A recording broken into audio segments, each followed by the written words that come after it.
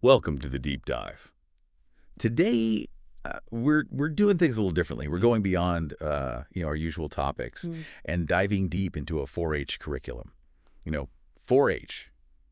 It's all about clear head skills. Clear head skills. Yeah, and I know you're thinking 4-H, like prize-winning pumpkins, and Mm-hmm. what does that have to do with Mm. my everyday life? But trust me on this. This stuff is seriously valuable, not just for like teenagers, learning about agriculture. Mm-hmm. This is for everyone. Yeah, this curriculum really stood out to me because it's all about those skills that we need to really succeed in any area of life, really. It's like a secret toolkit for adulting. You know what I mean? Exactly. Of how to handle all the chaos. Mhm. So the curriculum, it breaks down clear-headedness into 5 key areas. And the first one, and this is something we do every single day, Mm-hmm. is decision-making. Yeah, decisions, big and small, we're making them all the time. And this curriculum actually starts off with a scenario that a lot of people can probably relate to. It's this student who's torn between a really important school project and a can't-miss party. Ooh, that's a tough one. I remember those days. Part of me wants to say, go to the party, have fun, but then the other half is like, hello, responsibilities. Yeah. It's like this inner battle that makes decisions so hard. Exactly. And that's why the curriculum introduces this tool called Decision Matrix. The decision matrix. Yeah, and it's all about moving beyond just those gut reactions and really analyzing the choice in front of you. So it's like a pro-con list, Yeah. but more in depth. Yeah, it's like a supercharged pro-con list. You actually list out the different factors that are important to you, like the importance of each option, the time commitment, the potential consequences, even how each option makes you feel. And then you actually weigh those factors. That's brilliant. So you're not just going with your gut, you're actually thinking it through. Exactly. You're taking the emotion out of it and making a more rational choice. Which is especially important when you're feeling pressured or unsure. Absolutely. And there's actually research that shows that people who use this kind of structured approach to decision making, they tend to make choices that lead to greater satisfaction in the long run. Fewer regrets. Fewer regrets, exactly. Interesting. So it's not just about making the quote-unquote right decision in the moment. It's about setting yourself up for, future success and happiness. Mm-hmm. Okay, so let's move on to another challenge. Problem solving. And the curriculum uses this really interesting scenario of a school fundraiser that needs a fresh approach. Oh, that's a good one. Right. So I want you to imagine, dear listener, Mm-hmm. that you are on that fundraising committee. Okay. What kind of creative, outside-the-box ideas would you come up with? I love that scenario because it forces you to think creatively. Yeah. And it forces you to think strategically. And I think the key takeaway here is that you can't solve problems effectively when your mind is clouded, with stress or distractions. Makes sense. It's Yeah. like if you're trying to find your keys Mm. in a messy room, Mm. you got to clear the clutter first. Mm-hmm. But how do you actually do that? Like, how do you get into that clear-headed problem-solving zone? Well, one technique they suggest is something called brain dumping. Brain dumping. Yeah. And it's basically, taking a few minutes to just write down all the thoughts, worries, and to-dos that are swirling around in your head. So it's like, hitting the pause button Mm-hmm. and just getting it all out on paper. Exactly. And this helps to get those thoughts out of your system so you can really focus on the task at hand. Okay, that's a great tip. It's like creating a mental parking lot for all those, distracting thoughts. So you can clear the road for some serious problem solving. Mm-hmm. Okay, but once you've got a clear head, how do you actually come up with those solutions? Well, the curriculum emphasizes the importance of brainstorming. Brainstorming. Yeah, but not just any brainstorming.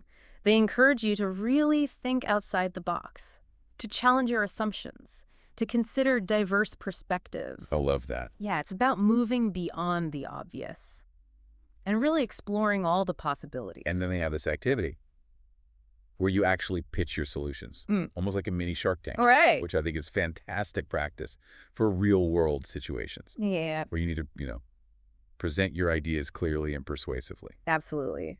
Being able to articulate your solution and explain the reasoning behind it is just as important as coming up with the idea itself. Okay, so it's not just about having the light bulb moment. You got to be able to communicate that brilliance. Right. Okay, let's move on to a topic that I know a lot of us struggle with. Time management. I'll be the first to admit that I'm not always the most organized or efficient person. Oh, I think we all struggle with time management to some extent. Right, and that's why we're doing this deep dive Right. to learn from the experts. So where do we begin? Well, the curriculum offers a simple but powerful starting point. It's called a time audit, A time audit. and it's all about tracking how you actually spend your time for a few days.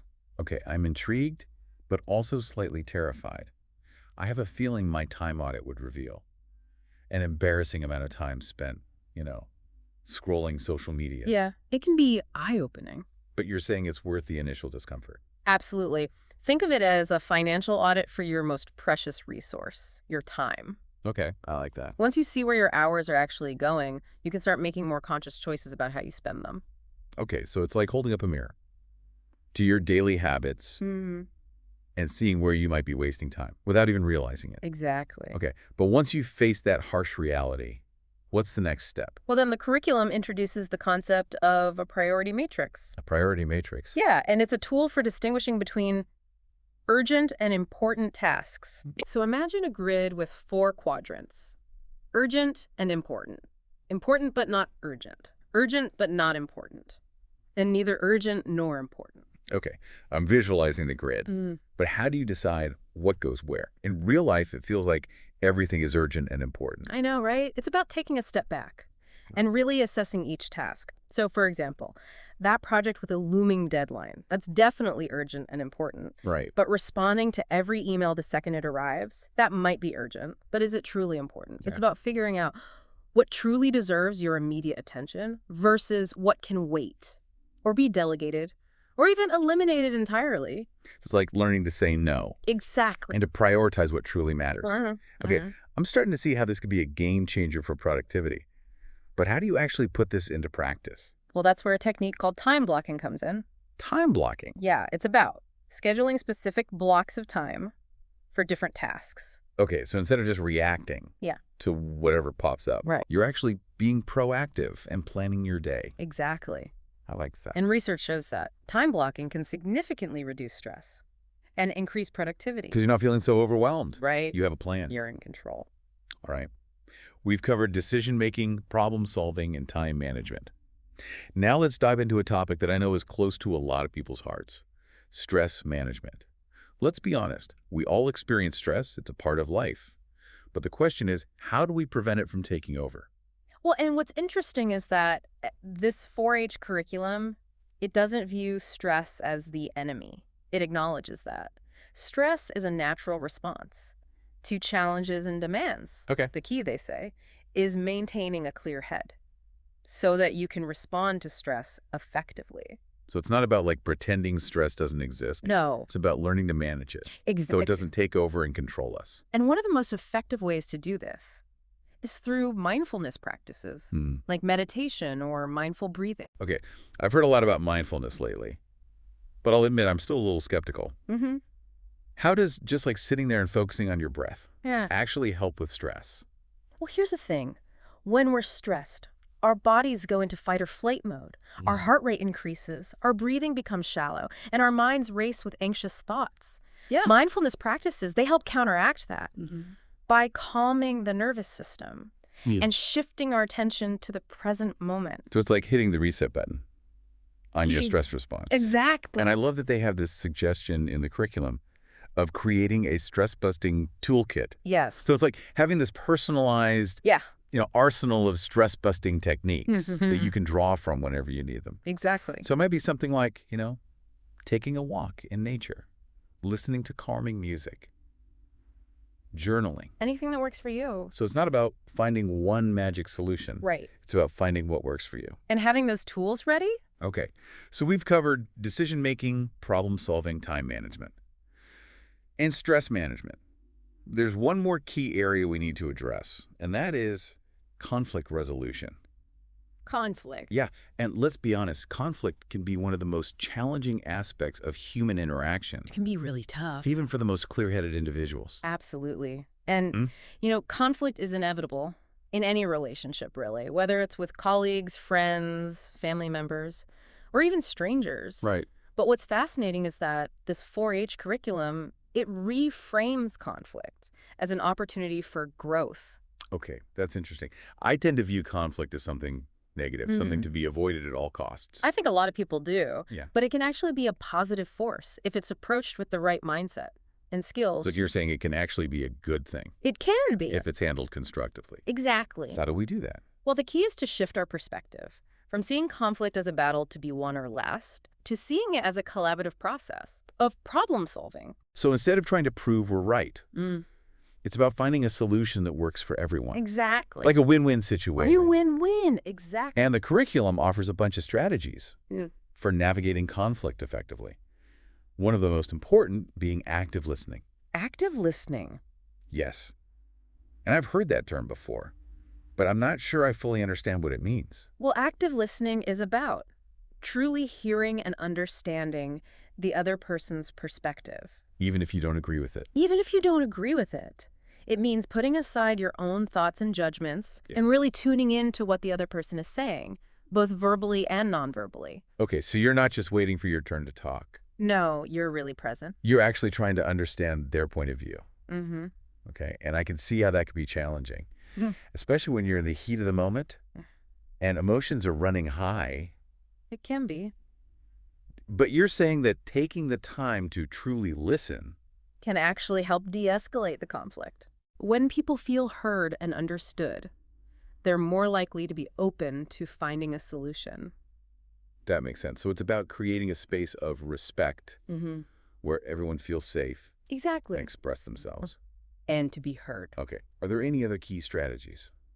Well, another important technique is using I statements to express your own thoughts and feelings. I statements. Yeah, and so instead of blaming or accusing the other person, which can often lead to defensiveness, you focus on owning your own experience. So, for example, Instead of saying, oh, you always interrupt me, you Yeah. can say, I feel frustrated when I don't get a chance to finish my thought. okay, that's a much more constructive way to communicate. Right. It's not about blaming the other person. It's about expressing your own feelings Right. in a way that invites dialogue. Okay, I like that. And are there any other tips for navigating conflict effectively? Well, the final point they emphasize is the importance of finding common ground. Even in the midst of a disagreement, there are usually shared interests or goals.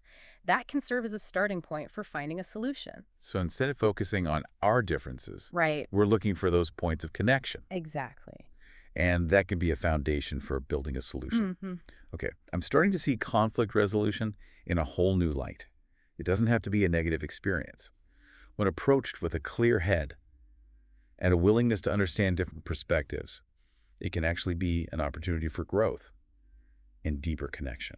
That's a powerful insight. And a good reminder that even in those challenging situations, Yeah. we have a choice in how we respond. We do. Okay, so we're going to take a quick break. When we come back, we'll be diving even deeper into these clear head skills and exploring how they can help you navigate the complexities of life with more confidence, clarity, and peace of mind. Welcome back to the deep dive. You know, it's interesting, as we've been talking about these 5 areas, from the 4-H curriculum: decision-making, problem-solving, time management, stress management, and conflict resolution. It's striking how interconnected they all are. Yeah, I was just thinking that. It's like you can't really master one without the others. Right. Like you can't make a good decision if you're totally stressed out. Exactly. They all work together to create this framework for a clear head. Okay, so let's put this into practice. Let's say our listener is facing a dilemma. They've got a stable job, but it's soul-crushing. But then a new opportunity pops up. It's exciting, but it's also risky. What should they do? This is where that decision matrix can be so helpful. Instead of just going with their gut or Right. getting paralyzed by fear, they can really systematically evaluate both options, looking at things like financial security, career growth potential, work-life balance, personal fulfillment, even how each path aligns with their values. So it's about making a choice that truly aligns with their goals and priorities. But even with the best decision, things don't always go smoothly, right? Of course not. What happens when they hit a roadblock? That's when those problem-solving skills come in. Let's say they took the leap, they went for the new job, and then they encounter some unexpected challenges. Like what? Well, maybe the workload is overwhelming, or the company culture is not what they expected, or they're just not thriving like they thought they would. I can feel the stress already. Hmm. But we know that a clear head is crucial for problem solving. So where do they even begin to untangle this mess? Well, the first step is defining the problem clearly. Instead of just getting overwhelmed and thinking everything is terrible, they need to step back. and really assess the situation. What specifically is going wrong, and what are the root causes? Okay, so it's like they're playing detective, Exactly. gathering clues hmm to figure out what's really going on. And then comes the brainstorming, thinking of solutions. And this is where a clear head is so important. Absolutely. When you're calm and focused, you're more likely to come up with creative solutions. Right? It's like you're breaking free from those mental ruts. Exactly. And sometimes a fresh perspective is all you need. And don't forget, you don't have to solve everything alone. Talking it through with a trusted friend or mentor can be so helpful. It's like two heads are better than one. Exactly. Okay, so they've defined the problem, they've brainstormed some solutions, maybe even gotten some outside input. What happens next? Then it's time to evaluate those solutions and choose the best course of action. What are the likely consequences of each option? What resources are needed? How well does each solution align with their goals and values? So it's not just about fixing the immediate problem, it's about making a choice that moves them in the right direction. Exactly. And even after they've implemented a solution, I'm guessing the learning doesn't stop there. It shouldn't. It's important to reflect on the experience. Did the solution work as expected? What could they have done differently? What new insights did they gain? So it's like they're constantly refining their problem-solving skills. Exactly. Okay, we've talked about making decisions and solving problems, but let's face it, even with the best skills, life can be stressful. Oh, absolutely. And when those curveballs hit, it's easy to get overwhelmed. And that's where those stress management techniques come in. Remember, the 4-H curriculum emphasizes maintaining a clear head, even amidst chaos. Right. It's not about pretending stress doesn't exist. No. It's about having the tools to navigate those stressful moments. Exactly. And mindfulness practices can be so powerful for this. Mindfulness. Yeah, remember we talked about it earlier. It's about cultivating the ability to observe our thoughts and feelings without judgment. Okay. I'm starting to understand mindfulness a little better, but can you give me a concrete example? Sure. Imagine our listener is stuck in traffic. They're late for an important meeting, and they're feeling that familiar surge of anxiety. Oh yeah, I've been there. Instead of letting those thoughts spiral out of control, they can practice mindful breathing. They can focus on the sensation of their breath, noticing the rise and fall of their chest, the coolness of the air as they inhale, the warmth as they exhale. So it's about shifting their attention Yeah. from the stressful situation, Yeah, something more neutral and calming. exactly. And that can help break the cycle of stress and anxiety. And over time, Yeah, mindfulness can actually rewire the brain. it can. It can make us less reactive to stress. Wow, that's pretty amazing. And I love that they talk about creating a stress-busting toolkit. Yeah. It's like having a personalized arsenal of techniques Mm-hmm. that you can use to help you stay calm and centered. Exactly. So it might be listening to music, taking a walk, Mm-hmm. doing some yoga, whatever works for you. Whatever helps you feel grounded. Right. So stress management is an ongoing practice. It is. It's about creating a lifestyle that supports well-being Yeah, and helps us maintain a clear head. even when life gets hectic. Okay. We've tackled decision-making, problem-solving, stress management. Now let's dive into conflict resolution. Conflict. Yeah. Whether it's with a colleague, a loved one, or even a stranger, conflict can be really tough. Absolutely. But it's a natural part of human interaction. It happens whenever there are differences in opinions or goals. Right. But the good news is, conflict doesn't have to be destructive. Okay, that's interesting. In fact, when approached with a clear head and the right skills, conflict can actually be an opportunity for growth. So you're saying conflict can actually be a good thing It can be. if it's handled constructively. Exactly. So how do we do that? Well, the key is to shift our mindset from seeing conflict as a battle to be won or lost, to seeing it as an opportunity for collaboration and problem solving. Okay, a win-win A situation win-win, exactly. and the 4-H curriculum. They provide a framework for achieving those win-win outcomes. Okay, so tell me more about that. Well, one of the most important skills they emphasize is active listening. Active listening, I've heard that term before, but I'm not sure I wholly understand what it means. It involves truly hearing and understanding the other person's perspective. Even if we don't agree with it, Okay. it means paying attention not just to their words, but also to their body language and their underlying emotions. So you're really trying to put yourself in their shoes Exactly. and see things from their point of view. Mm-hmm. Okay, I can see how that could be challenging, especially when you're feeling defensive or emotional yourself. It can be. But you're saying that taking the time to truly listen. Can actually help de-escalate the conflict. Interesting. Because when people feel heard and understood, they're more likely to be open to finding a solution. So it's about creating a space of respect and empathy Exactly. where everyone feels safe to express themselves. Mm-hmm. Mm-hmm. Okay. What about expressing your own thoughts and feelings? How do you do that without escalating the conflict? Well, the curriculum recommends using I statements. I state. Yes. So instead of saying you always do this or you never do that, you focus on your own experience. Okay, give me an example. Let's say you're having a disagreement with a coworker about a project deadline. Instead of saying you're always pushing deadlines back, you could say, I feel stressed when deadlines are changed at the last minute because it disrupts my workflow. Okay, so you're not blaming them. Right. You're just stating how it makes you feel. Exactly. And what's the benefit of that? Well, it shifts the focus from blame to understanding. It allows you to take ownership of your own emotions without putting the other person on the defensive. Okay, I like that. What other tips do they offer? Well, another key point they emphasize is the importance of finding common ground. Common grounds. Even in the midst of a disagreement, there are usually shared interests or goals that can serve as a starting point for finding a solution.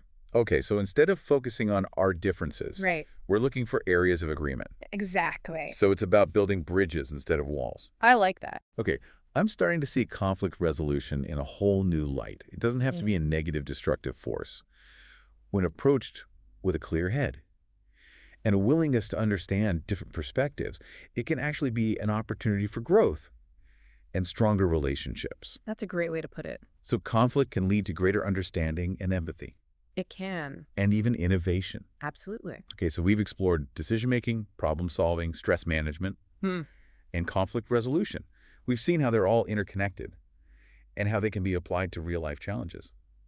But what's the big takeaway? That's a great question. I think the big takeaway is that a clear head isn't about being emotionless or rigid.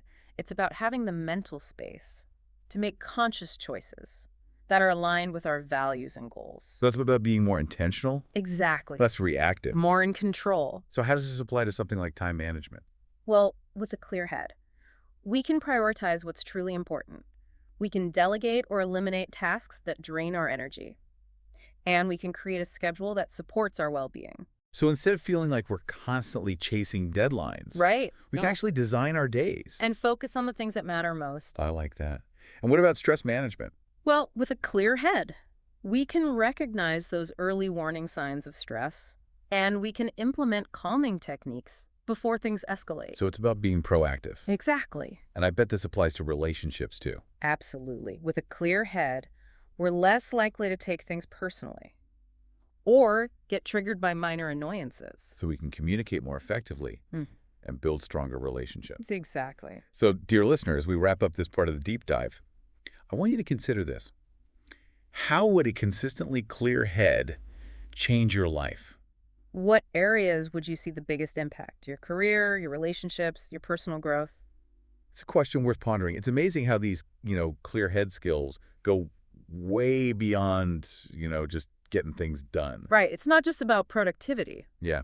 It's like it's a whole way of being. Yeah, it's about cultivating a way of approaching life with more intention and awareness. So how would that look in everyday life? Well, imagine starting your workday with a sense of calm and focus, even with all the deadlines and demands, Okay. or having a disagreement with someone you care about. Without getting swept up in anger or resentment, Right.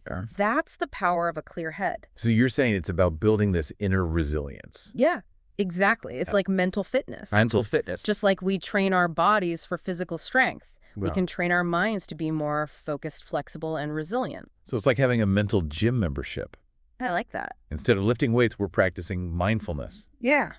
and using decision-making tools Yeah, and, working on our communication skills. exactly. And just like physical fitness, mental fitness requires consistent effort. So it's not about being perfect. No, it's not about achieving some state of perfect clear-headedness. It's about building those mental muscles so we can handle whatever life throws at us. And what are the benefits of that? Well, when we're operating from a place of clarity and intention, we're more likely to make choices that align with our values. We're more likely to achieve our goals. And we're more likely to build fulfilling relationships. So it's about living a life that feels more authentic and meaningful. Exactly. So as we wrap up this deep dive into clear head skills, I want to leave you with this question. How would a consistently clear head change your life? What areas would you see the biggest impact in? Your career, your relationships, your personal growth? It's something to think about. And remember, you don't have to overhaul your entire life to start experiencing the benefits. Right. Small steps. Just pick one technique we've discussed, whether it's the decision matrix or mindful breathing or using I statements, and try it out.